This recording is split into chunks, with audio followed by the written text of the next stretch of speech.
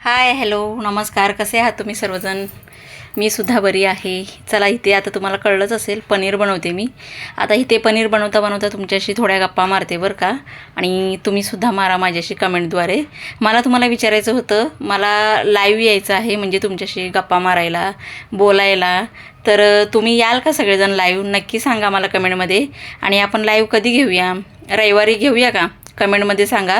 रविवारी आपण दुपारी 3 वाजता लाईव्ह येऊया.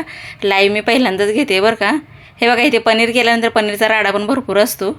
पण आता पनीर करायला मला इझी जाते, कारण मनस्वीसाठी पनीर करून करून सोपं झालेलं आहे. मनस्वीला टिफिनसाठी पनीर केलं होतं बरं का. पनीर आता रोजचंच झालं आहे मला करायचं, आणि झटपट पण होते आणि बरं पण वाटते आणि घरच्या घरी होते.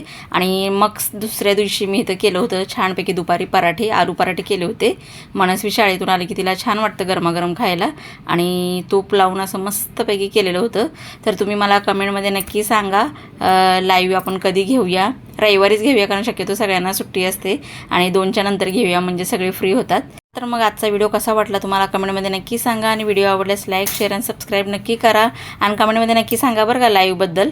म्हणजे मी पण पहिल्यांदाच घेते, सगळ्यांचं बघितले, थोडी भीती वाटते, पण तुम्ही सपोर्ट करा बरं का.